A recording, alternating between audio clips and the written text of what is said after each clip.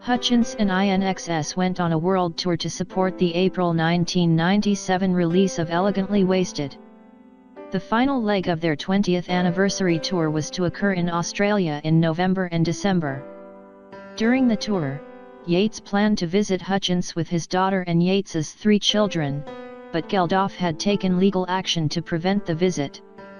On the morning of November 22, 1997, Hutchence, aged 37, was found dead in room 524 at the Carlton Hotel in Double Bay, Sydney. Geldof and Yates each gave police statements on the phone calls they exchanged with Hutchence on the morning of his death. However, they did not volunteer their phone records.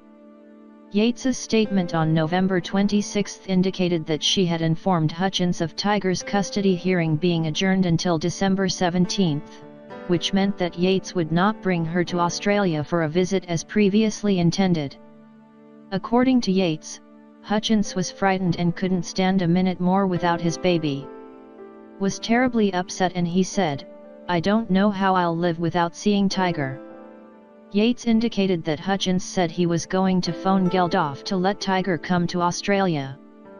Geldof's police statements and evidence to the coroner indicated that he patiently listened to Hutchence, who was hectoring and abusive and threatening during their phone conversation. The occupant in the room next to Hutchence heard a loud male voice and swearing at about 5 a.m. The coroner was satisfied that this was Hutchence arguing with Geldof. Hutchence's former girlfriend Kim Wilson and her then boyfriend, Andrew Raymond, were the last people to see Hutchence alive. When they left him at 4:50 a.m. on the day of his death, he was still awaiting a phone call from Yates. Hutchence's second-to-last outgoing phone call was made to his personal manager, Martha Trupp.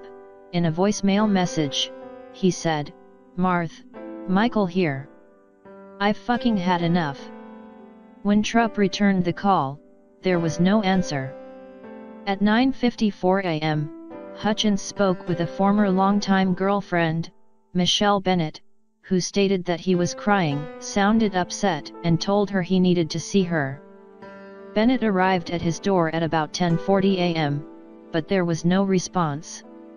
Hutchence's body was discovered by a hotel maid at 11:50 a.m. Police reported that Hutchence was found in a kneeling position facing the door.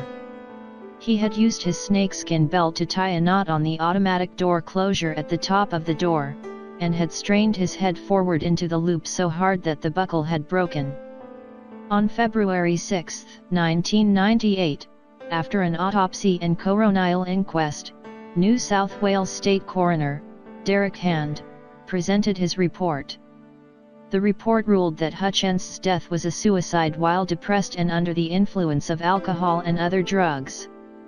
An analysis report of Hutchence's blood the presence of alcohol, cocaine, Prozac, and prescription drugs.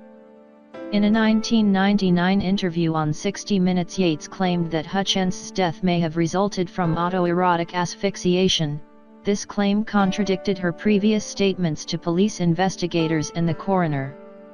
In producing his coroner's report, Hand had specifically considered the suggestions of accidental death but had discounted them based on substantial evidence presented to the contrary.